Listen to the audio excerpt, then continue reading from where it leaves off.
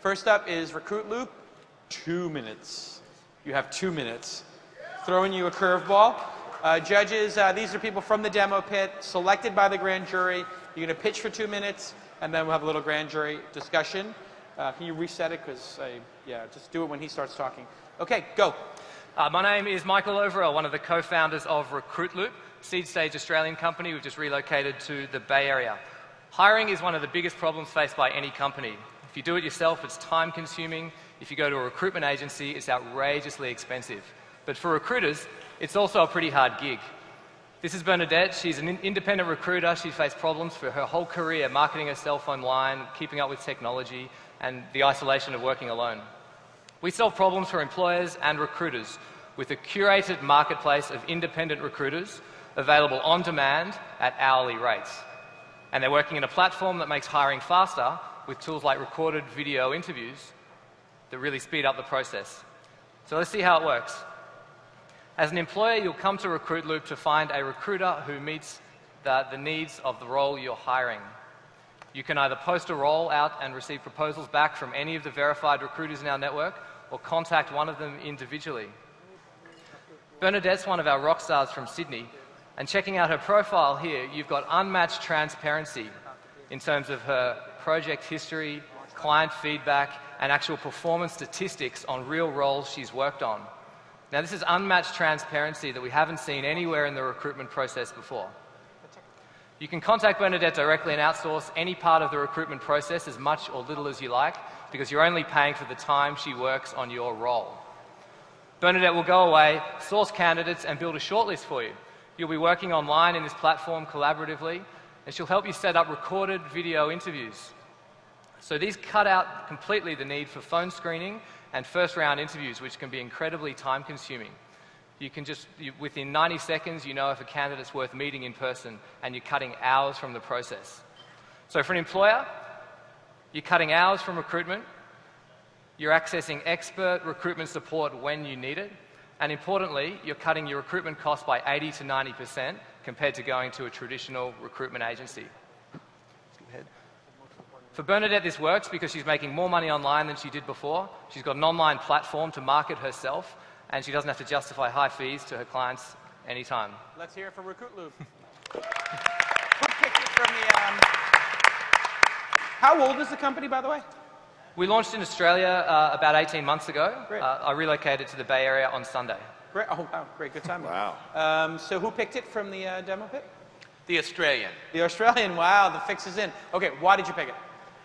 First time I saw this, which was I think about a year ago, I was really impressed, I think particularly in Australia, because it's a very geographically diverse country. There's a lot of mining work going on. You actually have to be able to do a lot of remote work when you're hiring, and this product seemed perfect for this. I mean, it seems like it actually is going to be able to find its way into a lot of other niches, and it makes recruitment as a service. It's yet another thing that becomes a service category. Awesome. Feedback from the rest of the panelists? Any questions?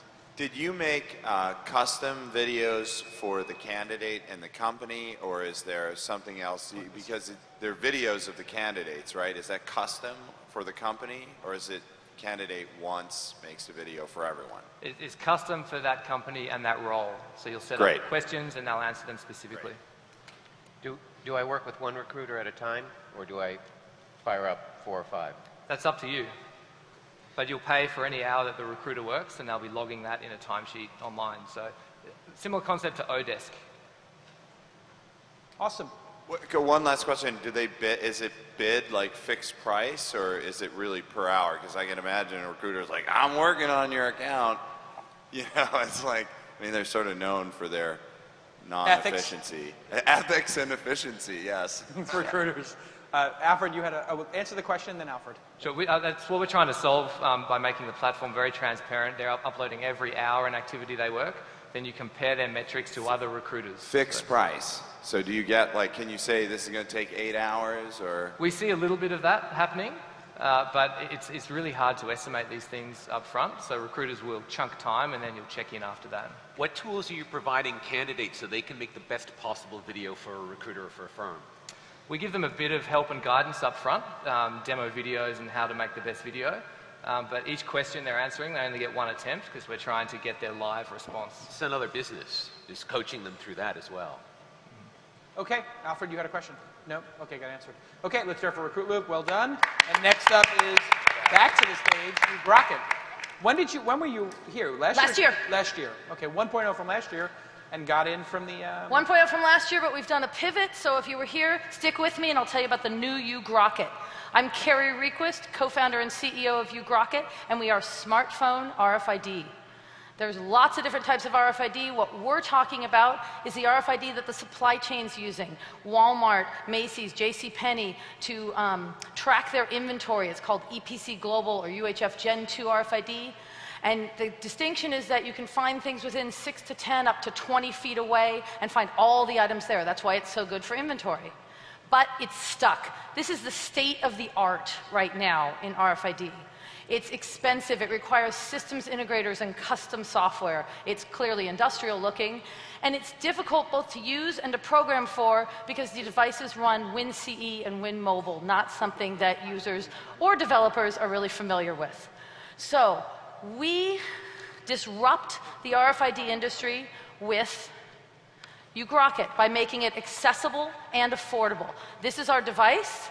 It attaches lightweight, anything but industrial. It attaches to any iOS or Android device via the audio port, quick and easy for intermittent use. At $500, it's 1/4 of the price of that industrial device you just saw, and you can program for it in iOS or Android. So let's take a look at how it looks, and I will shower the judges with tags. These are industry standard UHF Gen 2 tags, so we don't have to create those. They're lightweight, they're cheap, they're batteryless, and they have unique serial numbers. And then all we do is scan for those tags, and you can sort of hear it beeping if I hold it to my head. Scan right down there, and as we can see on the Elmo, well, actually, that's what we show. Let's see. If it's in our database, we learn about it. Otherwise, we just see the serial number. You can see it can be used for inventory, asset management, picking out something from an identical sea of things, etc. Let's come back to the slides. We are more than just a piece of hardware. We are a full development system platform. One more slide, please. Thank you. Open RFID platform. That's hardware, iOS and Android SDKs. Great job. Things like that. Ugrokit. Well done. Thank you. Okay, 2 minutes of questions. Who picked it? How do you? I did. And why? Indoor sensors, indoor location. Are you an investor? Not yet. Okay, consider. I like okay. that. So what I didn't get to say is Well, no, it's time for questions. Go not for ahead, you. questions. How do you get to, like, I think this is great. Like, my dry cleaner is stealing my clothes all the time, and I can now figure this out. Yep. But how do you get this down to, you know, a square-sized device, like a credit card swipe, and, you know, $100 with 100 tags and the device? Well, I bought the original Kindle at $450. So we start here and we go there. One of the proprietary pieces of patentable things that's in this is our antenna, which is the smallest, lightest weight, and cheapest to produce antenna in this market. And that's what allowed us to get to this device, and we'll keep going from there. Last year, this was a consumer play. Is this a business play now? This is a business play. Good. What happened is we created the device for consumers because it didn't exist, and the business market went, no, we need it now. Good. Cool. So you go And to the so market that what has it. happened to the business, to the consumer product? Did people just not want to pay for it? It was too expensive? No, it's that the businesses are willing to pay now and pay more. Okay. So the market had a better problem that we solve. How about the tags? How inexpensive can these be, and are they? So can you those put are them on running clothes? between about 10 and 50 cents each. That industry is already optimized because they're supporting the big industrial stuff. And so I don't have to create those, I just resell them. Alfred, go ahead. So one of the challenges with RFID, and we could have put this in Zappos, but we didn't, is the ROI is not really there. And so do you have a sense of how cheap this stuff has to be before there is a real ROI for retailers? Well, one of the things that's happening is called the item level tagging initiative. Walmart, Macy's, JCPenney. They're pushing back on their manufacturers and saying, we won't buy it from you unless it's tagged. So that's going to help a ton, right? And then other smaller retailers are going to get it with the tags, have no way to use the tags. They want our stuff. The breakthrough that's going to happen in these tags is when they can be printed, and 3D printing technology combined with this is happening. We're not doing that, but it will happen. Final question. Anyone? Brian. I'll give a comment. I launched a software product on stage here 4 years ago, and we promised we were going to open source it, and we never did because we found really big companies that wanted to pay us a lot of money for it. So I actually respect somebody who comes back a year later and says, we were going to make it, for consumers or free, but we're going to follow the money instead. And so that's fantastic. Alfred, Thank you. when you look at this, from Sequoia's perspective, and is this, how would you evaluate this as a VC? What do they need to prove to get to, the sort of gold standard of venture capital investing, an A round from Sequoia? What would they need to come to 3000 Sandhill Road with? I think it's, first, I think the product seems to work, so I think we don't need to sort of worry about that. It's just a matter of what the market size is and whether, as Don said yesterday, is this a $100 million, $1 billion business? And how do you get there? The path between now and when that happens, like how much friction is there between now and then? How much friction was there for Zappos? I mean, you guys crushed it and you were there the whole time, I think.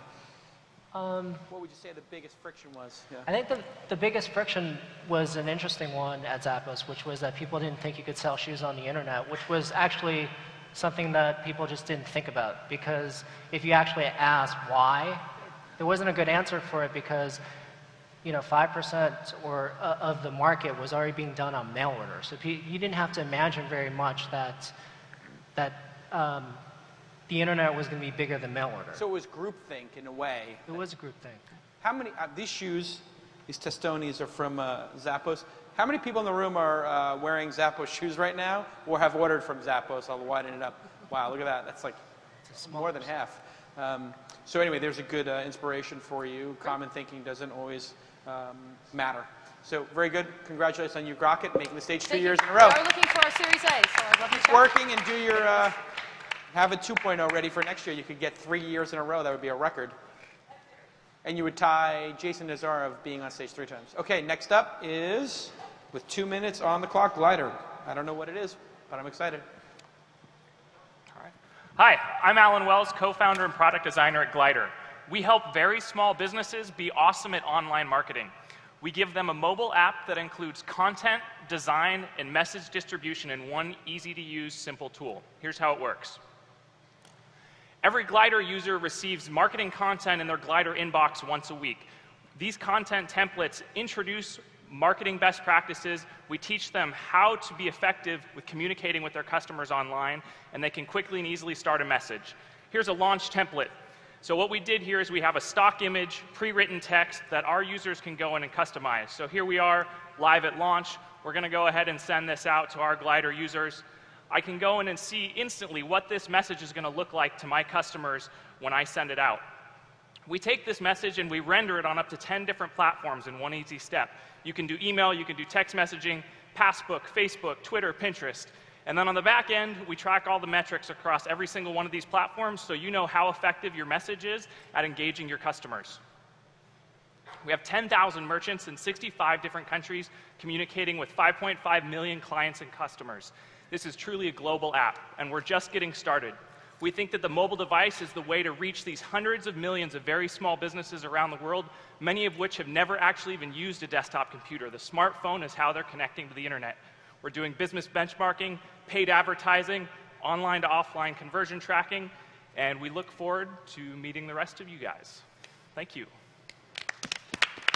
Okay, who picked them and why?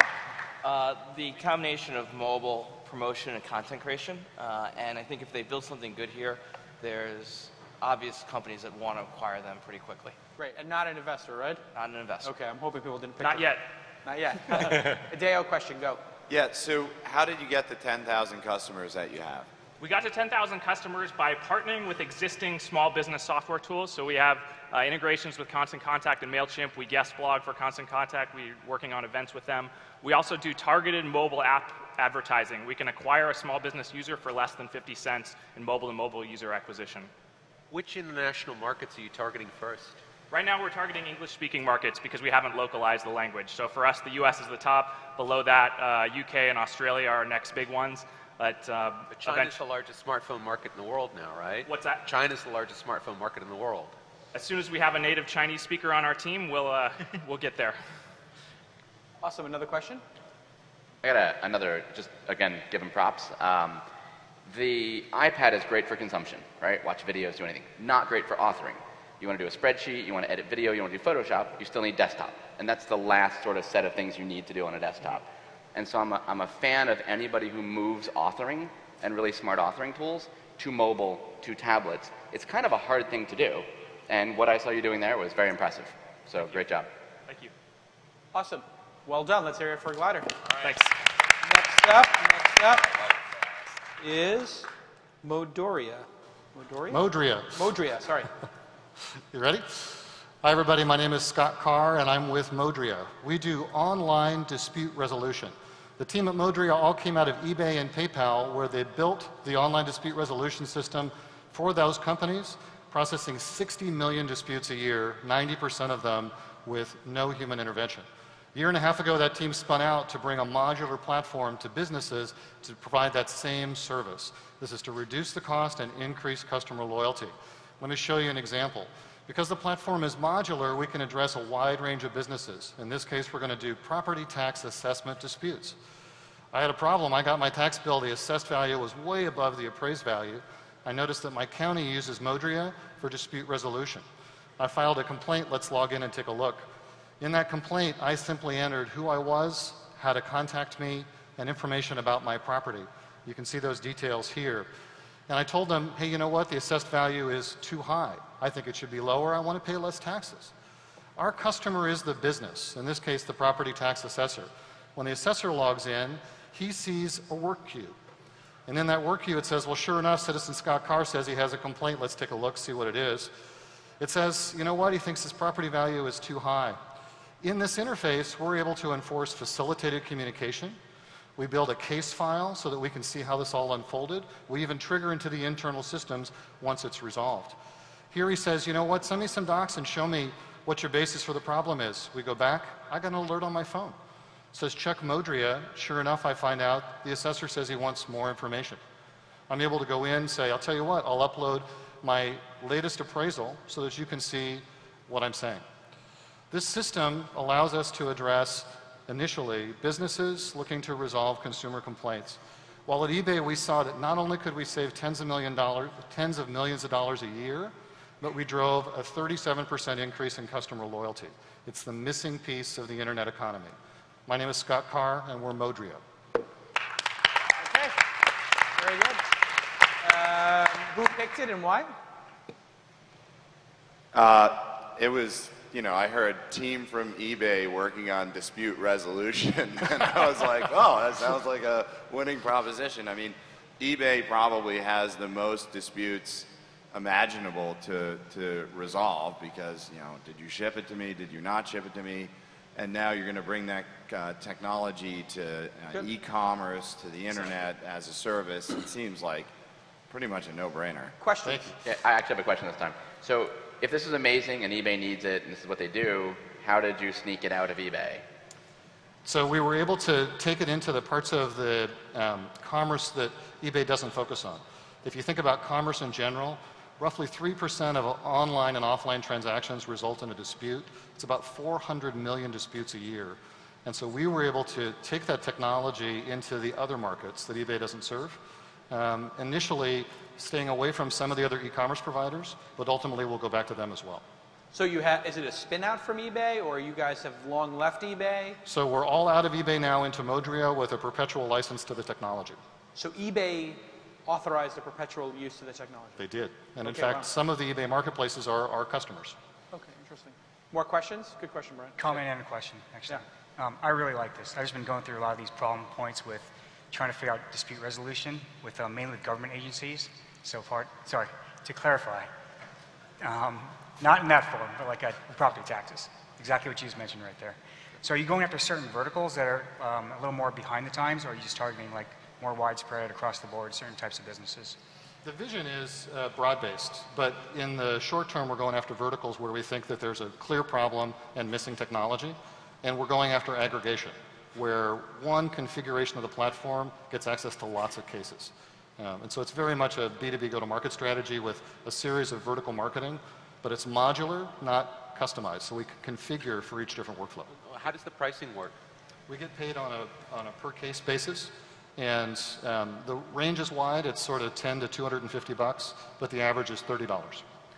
What Your example was a government to consumer, That's right. citizen. That's right. But your background is business to consumer. Do you have any customers or proof cases with government? How good are they interested in participating? Government or government? We have several counties already live on the system I showed you. And why do the governments care? Sorry? Why do the governments participate? Why do they care? That's the primary source of revenue for a county, and the property taxes. And they don't have an effective means to manage the workflow or manage the interaction. And this allows them to settle quickly and maintain revenues. And they're essentially behind on technology. So it was just a sweet spot and a place to build. Wouldn't filibustering be a better technique for them? I'm sorry, Wouldn't filibustering and taking your time and making it painful be a better approach for a municipality? Not if you want to get re-elected as the tax assessor for the county. Got it. Okay, good answer. Harvey, go ahead. Second question. Exactly what online business to consumer disputes have been carved away from your business model by the agreement with eBay? So we agreed to stand down from a couple of marketplaces. I can't name them here. But it's not the dispute type. It's direct competitors to eBay. And it's only a couple of named competitors. And it's for as long as we're using the eBay technology, which will be out of the platform in about 4 months. Okay. I just did a Google search for customer complaint software. There's lots and lots of companies that do this. So what's your competitive advantage? So we're in that unique situation where it's actually the case that the founder of the company, Colin Rule, wrote the book on online dispute resolution. And we have 4 of the world's experts on how do you run this process in a way that drives customer loyalty and satisfaction. And so a lot of it is knowledge and business process. What's an example of somebody using this that's not a county? That's not a what? Like a county, like a government. They brought up one to me that I didn't like, but they said lawyers were coming to them to help in the front running of divorce proceedings. And I was like, oh, well, yeah, I guess. I mean, is that so a couple other customers. We have a large online lawyer group who is referring divorce mediation cases to us, and we have an outsourced set of mediators that process those on our platform. That's going to be a hell of a thread on some point. I mean, wow. Yeah. Joy. CDs. I want the CDs. All right, listen, we're out of time, but anybody else have a prescient question? Go ahead. One thing like Stella Service did, if you can build a brand where consumers who are on sites know that this company stands behind their products and there's dispute resolution, like that could be huge for you guys because Stella is at this point, companies are coming to them because they want that badge. Who's that? The trustee. Stella Service. Stella Service. We say that we're the PayPal of dispute resolution, and well, we actually are because we were at PayPal. Okay. Well done. We went Thanks, a little everybody. bit over, but well worth it. And rounding third base, Festomat. Hello, everyone. My name is Vladimir. I'm from Croatia, and today I will present to you the Festomat. Festomat is NFC-based ticket validation system. It's used for the first time here at Launch. So Launch Festival is our first major customer. If you guys were here first day, you probably had to stand in line for an hour, maybe later, right? Thanks for bringing that up. Yeah. This is a terrible presentation. So that is a pain we are solving. Let me show you how. All you need to fasten that process is NFC name badge and our mobile application on NFC-enabled smartphone.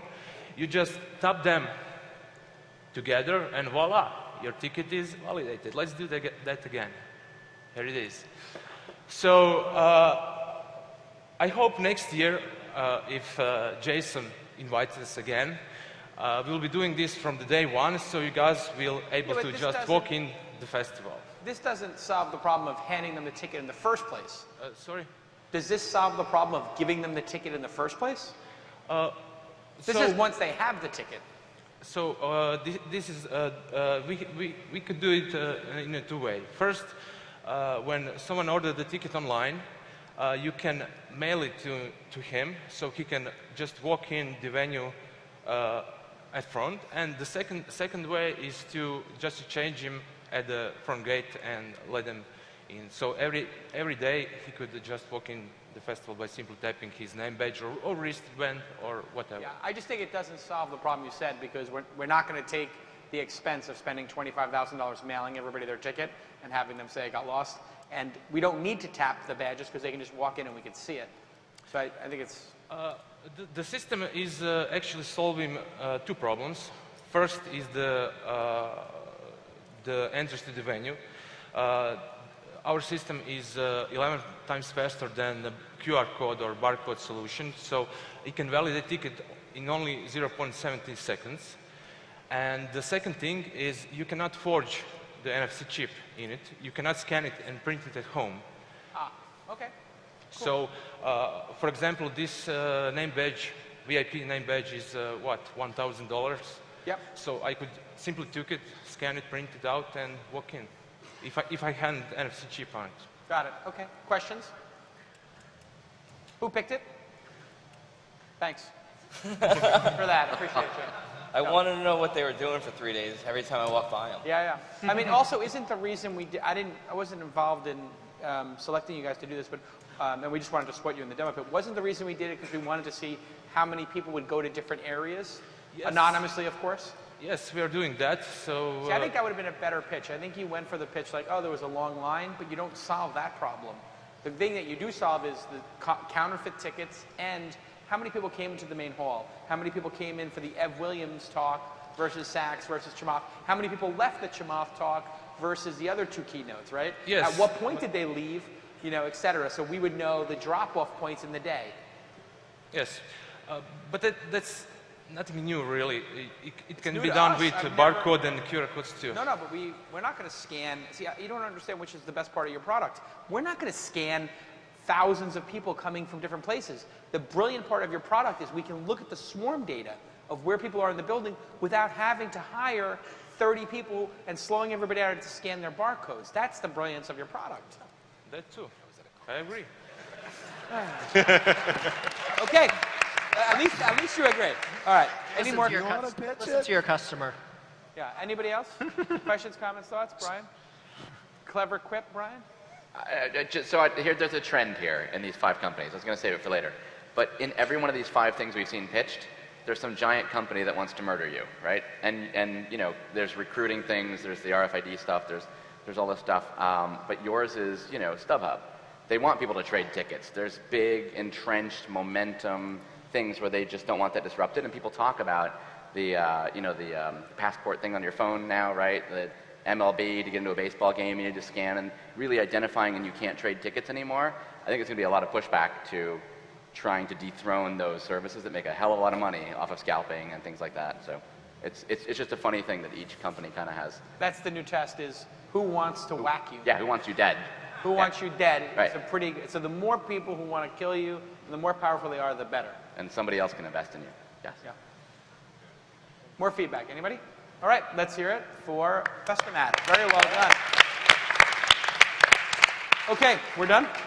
Wow, we're done. Okay. Before I ask you guys what your favorites were, let me thank 3 of our sponsors one more time. The Vegas Tech Fund, hey, speaking of Tony Hsieh and Zappos, Extreme Labs, and Persevan Ventures. Did I pronounce it correctly? Anybody know? Persevan? I did. All right, awesome. So thank you to those sponsors. Big round of applause. They help pay for the lunches and all that other stuff. Great job. All right. Grand jury, you saw Recruitloop, Ugrokit, GetGlyder, Modria and Festomat. Do you have an absolute favorite and why? Brian? Yeah, interesting group, but Modria. I just think when you say there's a lot of competitors, there's a lot of like Get Satisfactions and, you know, smaller and bigger things out there doing what you're doing, to be able to say we came from eBay, PayPal, like we've handled money, we've come from commerce, like that's a big deal, and our founder wrote the book on it. I thought that was the best answer that I heard out of everybody on stage. Yeah, most credibility. Yeah, really, fantastic credibility, and your sales team will ride that thing into enterprises and sell. So that's a fantastic thing. Steve Chen will be having the winner's dinner at 5, the best restaurant in San Francisco tonight. 100 of the winners and judges will be there. And then remind me, the if anybody wants to come there and buy drinks at the bar, they can do so after what time? After 10 o'clock. After 10 o'clock. So there's going to be an after party after the after party, and then it's the hotel lobby. But it's 10 o'clock. Anybody can come to 585. There's room for about 200 people probably. 300. 200 or 300 people. So I would be lined up there at 10 o'clock. And it's not an open bar. But if one of these David Sachs investments pays off from the launch fund, hell yes, it's going to be an open bar. It's going to be top shelf. What was your favorite, Steve? I'm fading right now. I'm like Jerry Lewis, like on day 3 of the telethon. Do you need someone to take over? I kind of do. I'm falling down over here. Go, Steve. In 3 days. A big round of applause for Jason. 3 days. We can make it. We can do this. We're almost there. I got my assistant Bryce here. I just want to give a big shout out to Bryce, who's the best assistant ever. It's like, when you want to talk about it here, this guy has been making me throat coat tea and honey 3 times an hour for 3 effing days. Right. And good job, big guy. And carrying my bag. Good job. Hey, okay, Steve, pick your favorite. Yeah, Jason, thanks again for having me back this year. Of course, every year, perennial. And Modria, again, like Brian said, my favorite by far. Great.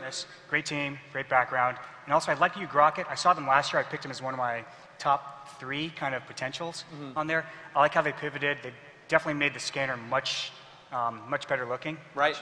Much more portable. And I think they're going in the right direction. That founder is relentless. I mean, she just comes back every year. And let me tell you something. I can tell the founders who are going to make it because they're a pain in the ass in the rehearsals and on every detail. So every year there's like 10 of them who are like, listen, this is how the competition runs, and I'm supposed to have this many minutes, and you said this, and this is and they want to do 5 extra rehearsals. She's one of those like, I want to do an extra rehearsal. I want to do 2 extra rehearsals kind of people. I don't think she's ever going to stop. I hope she comes back next year with a 2.0. Great for recognizing her. Harvey, did you have a favorite? Modria. Okay, give me your second then. Same reason second, Glider. Great. Glider. And why did you like Glider? What did you like about it? I like the mobile. 10,000 customers is very attractive. Something's working when you've got 10,000 customers. Don? I liked elements of all of them, but if I have to write a check, it would be for Ugrokit. It's a enterprise, retail kind of thing. They pay real money. She's disrupting the cost structure of that market, so I think it's a huge business opportunity. But you didn't have an interest when it was consumer play? No, I didn't. Interesting, okay. And there's something about the entrepreneur. Oh, she's awesome, yeah. There's a relentlessness. Yeah. She's relentless. Okay, great. Who was your second choice, Don? Don, did you have a second choice? Not a clear winner. Okay. Jay? Glider, first choice. Mobile for small business is imperative right now, and I think they've built a platform that is a good start towards it. Second choice is Ugrokit. Got it. Alfred? I'll go with Ugrokit. I do see the need for sensors inside, internal sensors, and I think the world will go there. I do have questions about whether it'll go there in the next year or 2, and I believe, I'll take your word on it, that there's a special entrepreneur here, and she's unstoppable, so she'll figure it out. Second one, I would go with Modria. I think online disputes is a big issue. We certainly have a lot of those issues in e-commerce and in marketplaces. The concern there, as Don pointed out, there's a lot of companies trying to attack that space. At Zappos, you guys took an insane approach of saying the customer is always right even when they're wrong. Like if somebody says these shoes after a year of wearing them suck and they send them to you, you would just give them their money back? But for the most part, we give them one-time exceptions. There are people who abuse the privilege, and we have taken the approach that we don't try to create rules or regulations or policies for the 1% or 0.1%. And so if you have a sort of situation where the resolution is only for 1 or 0.1%, it becomes a very, very small market. But I do believe that it's a big issue for eBay. It's a big issue for marketplaces like Airbnb. It's a big, So it never became an issue for Zappos? Like, did you ever have people, what was the worst behavior of a customer? Did you have somebody wear the shoes for 2 years and then send them back and then do that every year to you? We had that for a few people, but not, there's always some story, some sob story that you dig into it and it's actually true. So we had a woman who had a really high return rate, and we tried to like understand what happened. She turns out to be a diabetic, and she just has very hard to fit feet, and we actually felt bad. Like, we're looking at this data that showed that she had a really, really high return rate, and we were going to maybe fire her as a customer, and it was a good thing we didn't, because she was one of the most vocal advocates of how great the Zappos return policy was. Fascinating. Should be just be careful about. I guess the point of learning there is be careful about making judgments purely on data without context. I think in customer service we look at a lot of numerical data without the context, and I think both are important. Wow, that's incredible insight. Thank you. Jonathan. I remember watching Ugrokit on stage, and I thought they were the most irritating company by far. It was like an annoying metal detector last year, and now this year she comes back, and I'm really blown away. The fact that there's a built-in mandate, anyone who wants to sell to like Walmart, that's incredible. I think she has her and her team have the most potential to scale the quickest. So you pick Ugrokit? Okay. I pick Ugrokit. Yeah, I don't even have a second favorite. They're number 1, 2, and 3 for me. Got it. Okay, Mark. I think they're all really pretty good. I mean, I really like the fact that Recruitloop is recruitment as a service, Modria is dispute resolution as a service, and it's the gold standard. But Festomat, which is sort of the redheaded stepchild here, I think that they have a potential to actually do something which inverts it. You could have set up scanning stations and gamified people checking into spaces. Yeah. The people who checked in the most would have been at the top of the leaderboard, and you would have gotten your data, and people would have been happy to give it.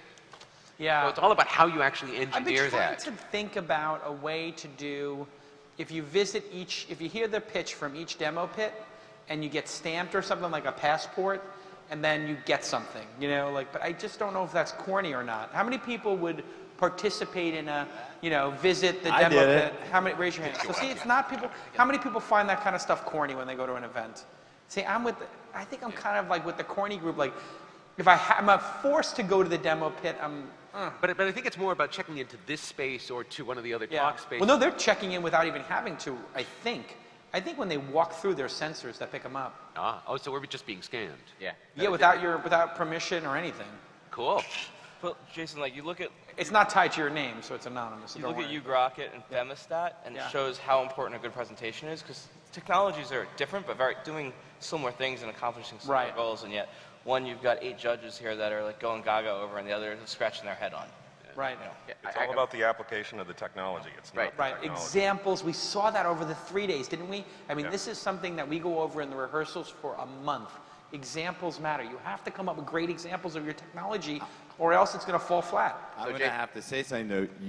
I was watching the clock because I'm an investor, and you cut them off at like 35 seconds into the presentation with like, blah, blah, blah, blah. And then so all right, that was probably he went bad. into defensive mode. He didn't actually get to explain the the I'm product. sorry if I did that. I'm sorry. No, it's okay. It's the end of the day, so I get it. Like, I felt terrible if I did that. I'll make one quick point on that. So when David Sachs was up here, he said about patents, right? You have an idea, that's cute, but you actually do it, that's amazing, right? And people ask me all the time, what percentage of a company do I get for the idea? And it's like, well, 10 or less. If you actually build the thing, it's a lot, right? So we saw some examples of, I think it was the bicycle was one of them, like, I have a technology, I have a thing, I don't have a business, I don't know what to do. And you and these guys can sit here and go, well, wait, make check-in stations. Let's build a business and marketing and a brand and a company around this really cute little technology thing you have, which is probably worth 10% of that business if he hooks up with you. Right. That's my take. Awesome. Adeo, did you have a favorite? Oh, wait, Mark, you picked Festomat as your favorite? No. Actually, I'm sort of split between Recruitloop and Modria. So you got to pick one? Modria. Okay.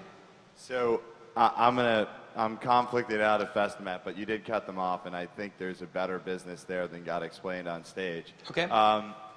Modria, I'm betting on the team, right? A lot. So this is another thing. You'll see, guys. I'm sure a lot of you out there are single founders. How many people out there are single founders? All right, so that's like maybe 10% of the audience, or 5 to 10%.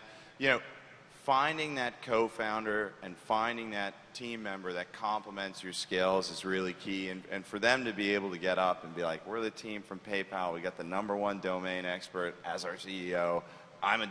He's a domain expert. She's a domain expert.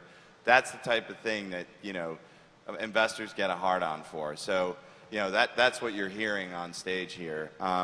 So my second would be probably, I'm going to go with Recruitloop, though I think they're all really good. Mainly because a lot of judges didn't vote for them, and they're a really good idea. I think, Cool. recruitment as a service is a vital thing that's time has come, so. Well, it's nice to see a good spread of folks. So let's just do a quick roundup of the 3 days.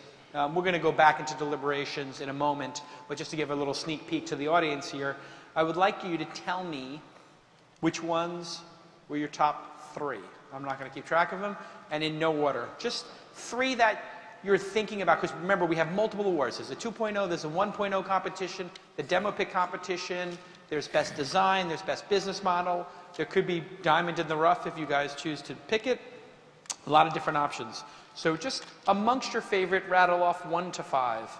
Go ahead, Brian. 1 to 5 of your favorite over the 3 days. And remember, the grand jury sees everything over 3 days. Go. Yeah, no, this is good. So thank you for not saying 3 anymore. So Yeah, up to just 5. Randomly say 5. Triptease, Jawfish, Ad Stage, Trendalytics, and I thought Navicens was like wow factor of the space you're in and watching a guy move. That's pretty cool. Steve Chen. Ad Stage, eShares, I think it was, from today. Yep, sure. It was great. Triptease, I thought, just had gorgeous design and Wow. lots of potential Okay. on That's there. 2 Triptease. Okay. Triptease. And then I'm an investor in My Cute Friend, so I'm not going to really mention it outside of that. So I like them, obviously. And then also, there was one more, which I'll get back to. Did I mention Ad Stage already? You did. That was the first one. Okay. We both did. Yep. That's Cool. Harvey? Ad Stage, Zillabyte, Triptease,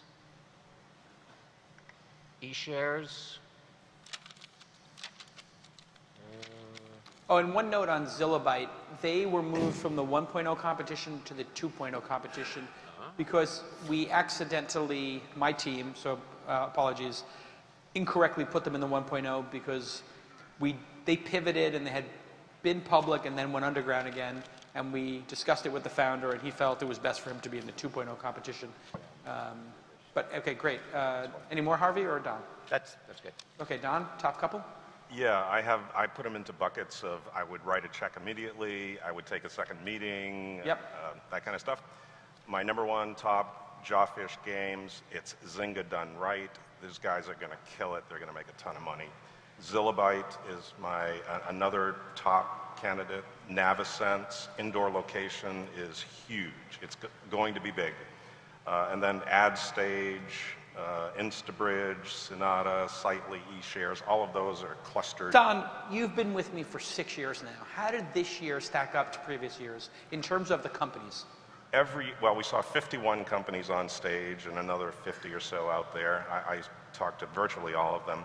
Every year, there are 2 that are head and shoulders above the rest. It just sort of works out that way. I don't know why. Right. But this cohort versus past 5 years? They're great. There are companies here I'm going to write checks to, and I think they're going to be killers. Awesome. I invested in Space Monkey last year. Right. Awesome company. I think I've invested in the winners every year. Smart move. Although I missed Yammer. Okay, Jay, who are your tops? Ad Stage, Sonata, Cloudless, Whiplash, Noyo. Cool, awesome. Alfred? In no particular order, Ad Stage, Zillabyte, eShares, Jawfish games. Awesome. Jonathan? I liked Revolve Robotics a lot. Also, from day one, I believe I liked Instabridge and HubSkip. I'm already an investor in Oobly, but I still love that concept. So won't be able to vote for them, but love it. Great. Mark, some favorites? Okay, I've got 5 from number 1 and 2 from 2.0, if that's all Great, right. sure. So, Ad Stage, Navicens, Boxby, Whiplash, Crypho for the Yes. 1.0s, Zillabyte, and Zenfunder for the 2.0s. Awesome. I love Boxby as well. I think that's one of my favorites. Go ahead, Adeo. Zillabyte, Trendalytics, eShares, Whiplash, from today, Witty Parrot and Social Parent. It's hard for us judges to process today if you saw us all like, we're still getting fresh in our memory, if you will, but it was great today. Awesome. Hey, let's take a moment to thank our grand jury. They gave up 3 days of their lives to do this, and a big round of applause for their unique contribution. We're going to take somewhere between 30 and 45 minutes to pick the winners backstage in our closed deliberations. You guys are going to drink alcohol and hang out for 30, 45 minutes, and we're going to do it all in this room. So just hang out, and we'll be right back with the winners. Woo!